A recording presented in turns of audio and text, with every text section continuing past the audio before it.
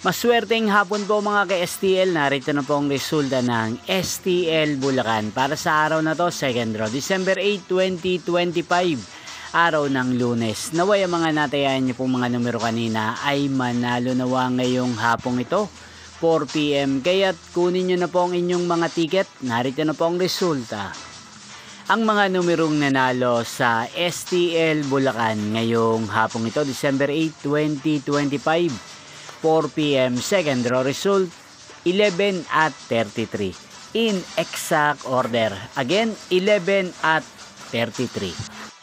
At ngayong hapong ito sa STL Bulacan, natin pong i-shoutout ang lagi pong nanonood sa channel na to, si Ate Emma ng Bulacan. Shoutout po sa inyo, Ate Emma. Sana po ay nasa maayos kayong kalagayan. At sa lahat po ng mga taga Bulacan, shoutout po sa inyo.